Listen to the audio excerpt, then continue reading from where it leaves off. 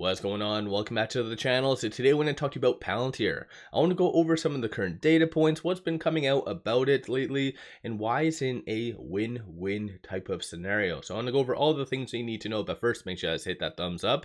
And with that, let's get right to it.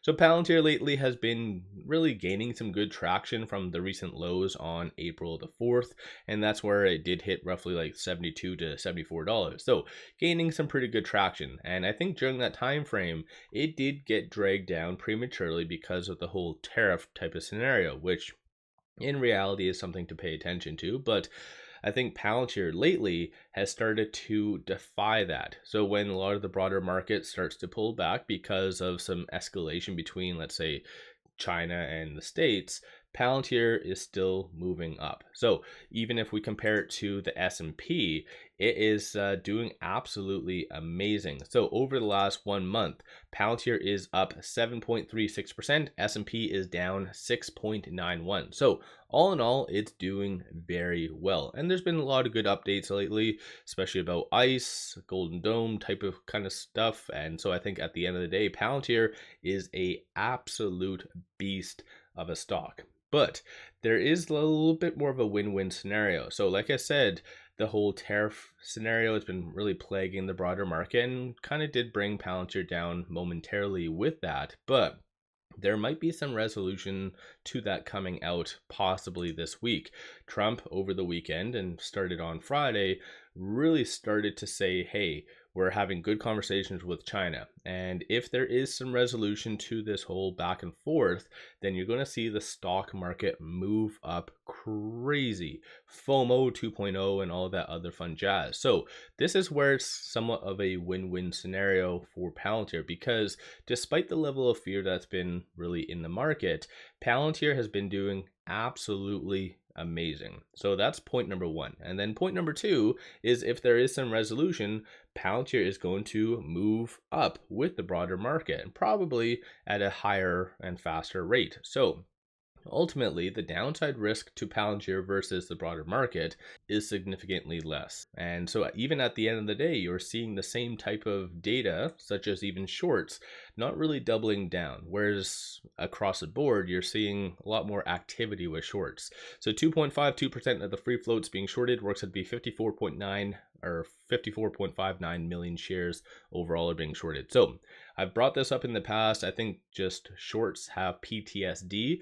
They've really doubled down in times of where they felt it was going to go down, and then just Palantir pulls another rabbit out of the hat and just screws over shorts. So I think at this stage in the game, every large entity is afraid to bet against Palantir. So once again, that's kind of adding a certain level of stability and causing it to, again, outperform the broader market. So there's that.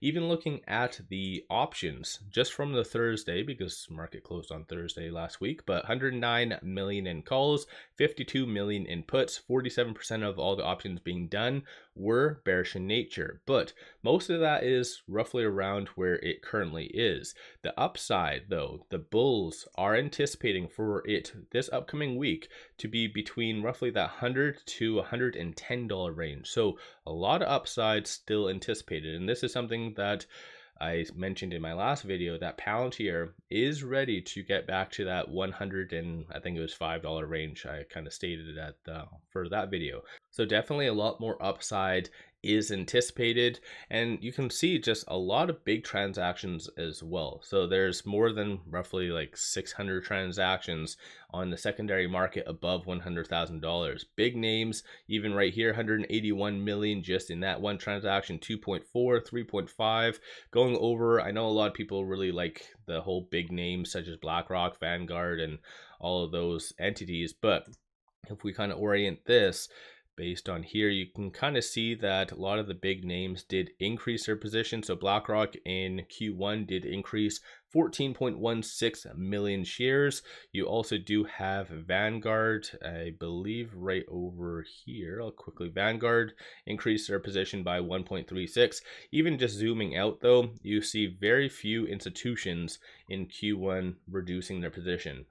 Everyone is just getting in. So again, adding some good stability. But aside from that though, with it at $93.78, it is trading between these 2 points. So it's R1 and the pivot. So 85.71 will be a strong support. 94.73 will be that next strong target / resistance. Once it is able to successfully get over that, then you'll see that $100 and then that 109. Bulls are anticipating, like I mentioned, between these 2 points.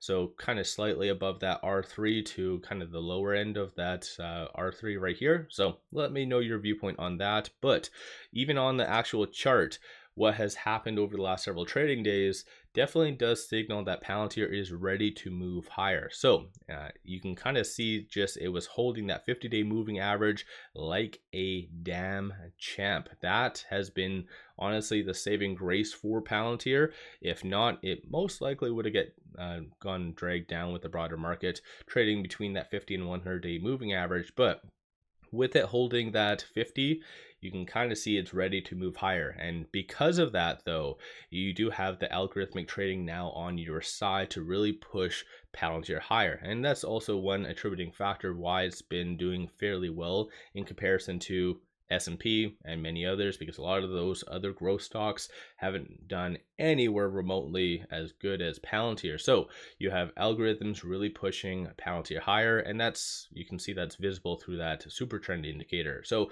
I think all in all, there is a lot more upside with Palantir, bigger picture, and we'll just have to wait and see what does come from their upcoming earnings, which is slated for Monday, May the 5th. And so that's going to be after the market does close. So I think in reality, there's just a lot of big things coming for Palantir, and it's stupid to really bet against it. This is why during the pullback, when it did get dragged down to that $70 range, I was buying, not significantly, but I was dollar cost averaging. I think I put $4,000 or $5,000 in on Palantir. But yeah, it's one of those stocks that it is going to be a huge deal going forward. So let me know your viewpoint on Palantir. Do you think it is going to continue to move higher? Do you think that there's going to be a increase in tensions between the States and China causing it to go down? What's your general thoughts on all of that? One final thing, pop over to my Patreon if you're looking for some kick-ass buy signals on stocks, options, crypto. Definitely worthwhile to pop over there and take a look. With all that, appreciate all of you watching.